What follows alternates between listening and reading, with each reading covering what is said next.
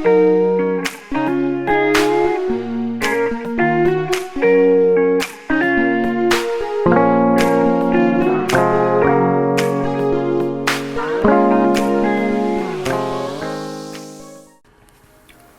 everyone, good morning, good afternoon, good evening or good night, depending on wherever you might be watching or listening to me from. I would like to welcome you to my YouTube channel where issues on life's purpose cannot be overemphasized. Today's topic is titled Develop Self-Compassion and Fulfill Your Purpose. Develop self-compassion and fulfill your purpose. An online positive psychology article by Bridget Holin reveals that values are a collection of guiding principles and they determine what people deem to be correct and desirable in life. People use values as a subconscious scoring rubric through which they assess others and themselves in terms of worth and ideas. For instance, values such as responsibility, openness, and respect have the tendency to strengthen relationships and provide a basis for well-being and creativity. Depending on one's environment and the values he or she was taught growing up, a person will develop an inner guiding voice, and there is a tendency for it to be harshly self-critical.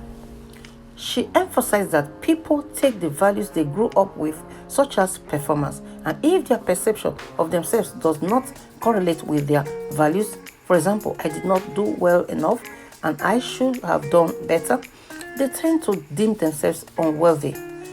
In the long run, our subjective and self-critical perceptions of whether we live up to these values have an impact on our self-worth, which in turn determines whether the voices in our heads are kind and supportive or destructive and devaluing. Unfortunately, the perception we have of ourselves also influences our behavior.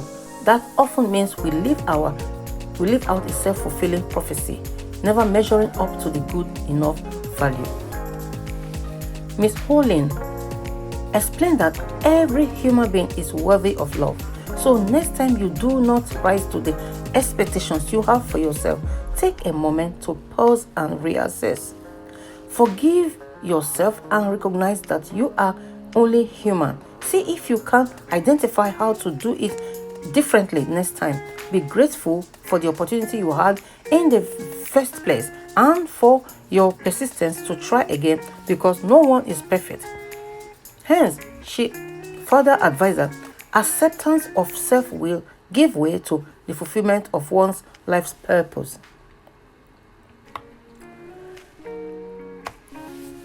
Ms. Holin added that many people did not find their purpose at the very first try, for sure. So if you have found what you love and what can give you meaning, don't give up on it at any cost. Accomplished people, both professionally and emotionally, never beat themselves up over silly mistakes. Here are some tips on how to practice self-compassion. 1. Be kind to yourself. Accept your mistakes. Number 2.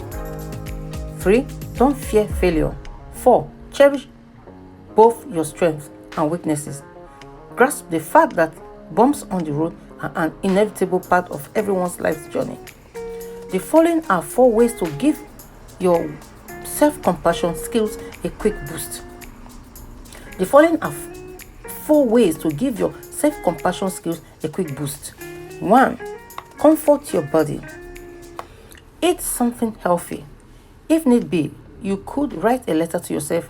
Think of a situation that caused you to feel pain: a breakup with a lover, a job loss, a poorly received presentation. Give yourself encouragement. 4. Practice fulfillment. Fulfillness. Some people may ask why it is important to develop self-compassion. Self-compassion yields a number of benefits, including lower levels of anxiety and depression.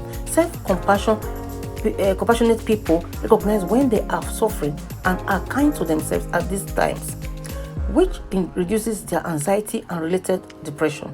Self-compassion is a practice of goodwill, not good feelings. With self-compassion, we mindfully accept that the moment could be painful and embrace ourselves with kindness and care in response. Remembering that imperfection is part of the shared human experience. Self-compassion entails being warm and understanding toward ourselves when we suffer, fail, or feel inadequate, rather than ignoring our pain or flagellating ourselves with self-criticism. 5 ways to practice self-compassion. 1. Practice forgiveness. 2. Stop punishing yourself for your mistakes. Employ a growth mindset. At the heart of Carol Dweck's research is the impact of our mindset on well-being. 3. Express gratitude. 4. Find the right level of generosity. 5. Be mindful. In my concluding summary, I would like to buttress the fact that research has proven that self-compassion is so important for healthy functioning.